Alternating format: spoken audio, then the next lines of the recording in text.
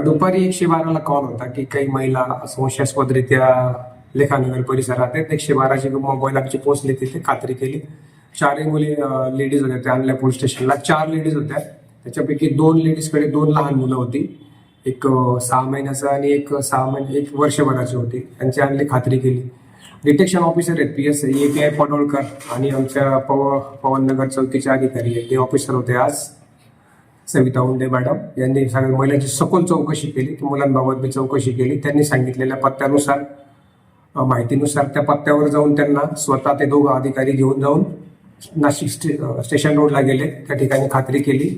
सदरच्या महिला या होळीच्या निमित्ताने ज्या काथ्या असतात, नारळाच्या दोऱ्या आणि चमक्या ज्या बांधतो होळीला, तर त्या विक्रीचं काम करतात. ते विक्री करून ते संपवून ते तिथे लेखानगर परिसरामध्ये त्यांना जेवणासाठी त्या कुठेतरी जायचं म्हणून ते तिथे थांबलेल्या होत्या. त्या दरम्यान हा सगळा गोंधळ झालेला आहे.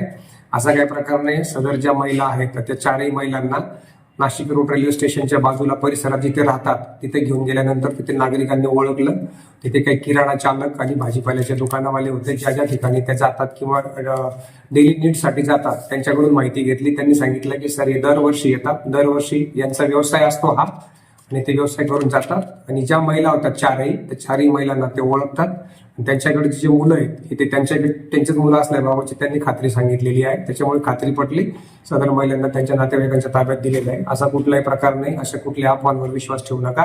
आणि अशी कोणी माहिती मिळत असेल तर पहिले पोलिसांना कळवा.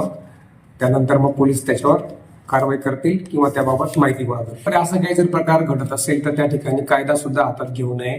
पोलिसांना पहिले कळवावे. पोलीस इन्फॉर्म केल्यानंतर पोलीस त्यांच्या योग्य त्या पद्धतीने त्यांच्याकडे चौकशी करतात, खात्री करतात, आणि नंतर मग त्या जे कोण तक्रारदार असतील किंवा त्या परिसरातील लोक असतील ते त्यांना त्या घटनेबाबत अवगत करून देतात. त्यामुळे कुठल्याही अफवा पसरवू नये, कुठल्या अफवावर विश्वास ठेवू नये. अशा प्रकारच्या घटना जर निदर्शनास आल्या तर अगोदर त्यांनी पोलिसांना कळवावं.